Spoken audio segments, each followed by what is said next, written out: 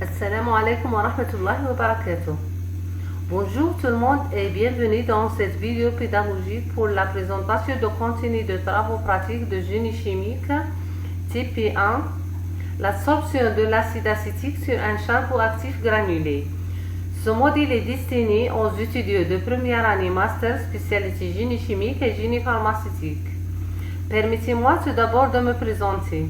Je suis Aga Sara, docteur en génie chimique, maître assistant classe B, recruté à département de génie des procédés University City 1.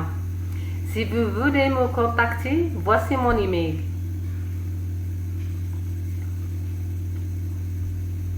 Je commence par l'introduction. L'absorption est une technique de séparation simple, très efficace et la plus utilisée dans le traitement des eaux usées. La méthode est basée sur la propriété de certains matériaux absorbants de fixer des molécules organiques ou inorganiques de la phase liquide ou gazeuse. Il s'agit donc d'un transfert de matière de la phase liquide au gaz vers la phase solide à laquelle le contaminant a tendance à se lier grâce à des interactions préférentielles. Le charbon actif commercial est l'absorbant le plus couramment utilisé dans les filières de traitement d'eau en raison de sa grande capacité d'absorption. En effet, l'absorption sur charbon actif présente plusieurs avantages. Elle permet d'éliminer une large gamme de polluants y compris divers types de colorants, mais aussi d'autres polluants organiques et inorganiques tels que les pesticides, les phénols, les détergents, les ions métalliques, etc., ainsi que les composés responsables du goût et de l'odeur.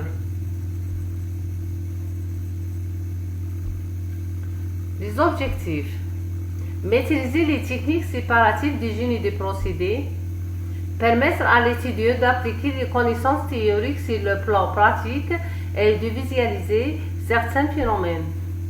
Nous allons déterminer le temps de contact, le temps d'équilibre et les isothermes d'absorption de l'acide acétique, l'adsorbant, le charbon actif granulé, l'adsorbant. Cet isotherme nous permettra de connaître la quantité maximum d'absorption de charbon actif utilisé, de connaître aussi le pourcentage d'élimination de l'acide acétique de l'eau utilisée. La cinétique d'absorption. Le taux d'équilibre est un facteur important de point de vue économique pour les systèmes de traitement des eaux polluées. Afin de déterminer la quantité absorbée à différents intervalles de temps et d'estimer le temps nécessaire pour éliminer la majeure partie de polluants. L'absorption a été étudiée en fonction de temps à différentes concentrations. L'isotherme d'absorption. L'isotherme d'absorption est représenté par la courbe donnant la capacité d'absorption à l'équilibre en fonction de concentration d'équilibre. Modèle mathématique appliqué à l'absorption. Modèle de Freundlich. Dans le cas de l'absorption des solides, l'équation est donnée par avec QE, c'est la capacité d'absorption à l'équilibre. CE, c'est la concentration de solidité en phase liquide à l'équilibre. KF est N sur N, constant de Freundlich associé respectivement aux capacités et affinités d'absorption. Le second modèle le plus couramment utilisé est le modèle de Langmuir. Avec QE, c'est la quantité absorbée à l'équilibre. Kn, c'est la quantité maximale absorbable. Kl, c'est la constante d'équilibre de Langmuir.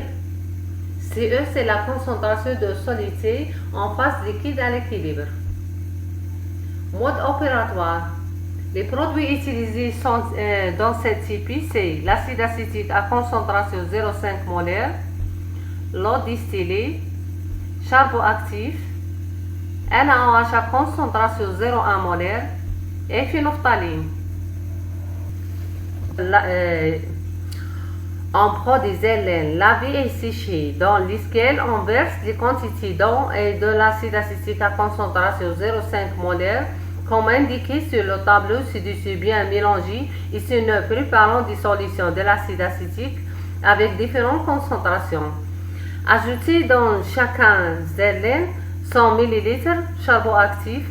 Agitez les ZLN pendant 45 minutes, le temps d'équilibre. On laisse décanter quelques minutes, puis on prélève 5 ml de chaque solution qu'on dose par un AOH à concentration 0,1 molaire, en présence de quelques gouttes de phénophtaline.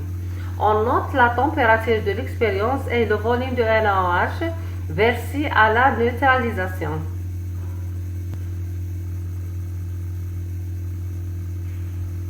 Voilà l'équation pour déterminer la quantité absorbée. La quantité absorbée est égale à la concentration initiale moins la concentration finale, c'est la masse de l'absorbant fois le volume de l'absorbant.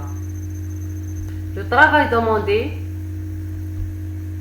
calculer le temps d'équilibre, le temps nécessaire pour éliminer la majeure partie de polluants. L'absorption a été étudiée en fonction de temps à différentes concentrations.